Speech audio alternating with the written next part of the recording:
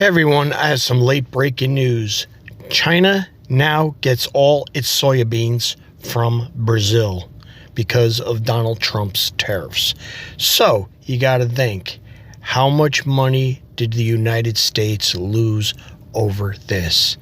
How much taxable income did the United States lose? So now Brazil is China's #1 importer for these soybeans. They're getting it all from Brazil. So how do you think this is hurting the American people?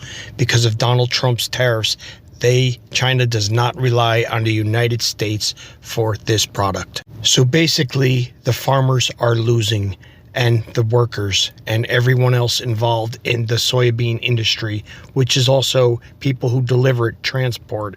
So it's a big chain, and they're all losing. So Mr. Trump, I bet Brazil is absolutely thankful for what you did. American pig farmers are the next contestants to fuck around and find out. This one finds China canceling 12,000 metric tons. I had to look that up. That's 26 million pounds of pork. 26 million pounds of pork. So pig farmers are going to really feel that one. That is the largest cancellation from China since 2020 when the COVID pandemic hit. Now, China's not the only one that pig farmers sell their product to, but that is a large order, and that is China hitting back with full force. And do you know who pig farmers are? Do you know where pig farmers live? Do you know who pig farmers voted for? Yeah, it's Donald Trump. They live in those red states. Those are the states that are fucking around and finding out. All the farmers, whether it's soybean, corn, wheat, anything like that, pig, beef, those are all going to have a hard time surviving these tariffs, because this is going to be just one of many examples where places like China are going to hit back, and they're going to hit back in a huge way. So pig farmers, you decided that Donald Trump was your man and he was going to bring you economic prosperity. Get ready to potentially lose your farm now, because you're not going to be able to pay the bills after China cancels 26 million pounds of pork. And that's going to continue, and they're going to continue to feel those effects. So I hope your vote was worth it. I hope you're getting everything you voted for. On a farm in Ohio that was funded through the Inflation Reduction Act, which Biden signed into law. And now the executive orders from Trump are rolling back all of that funding for us. So now we can no longer afford our farm.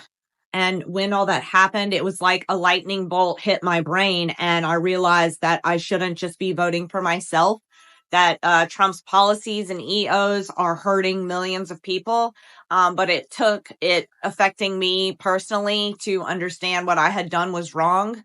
And I think it's really important for anyone to come out who voted for him and is now negatively impacted by the executive orders, or maybe you have friends or family, especially in minority communities, who are being very heavily impacted by what's going on right now.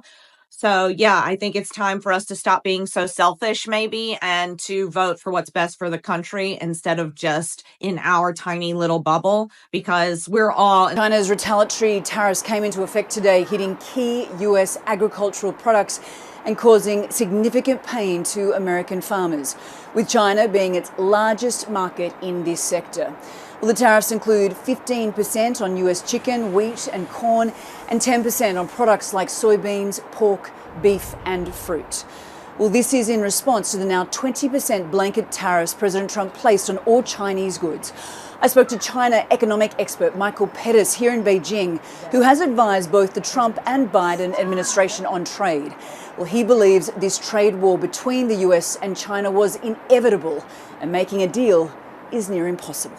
And this deal of the century that President Trump is after with President Xi, what does that look like? Honestly, what the U.S. needs is so much the polar opposite of what China needs that I'm not sure there can be a meaningful deal there.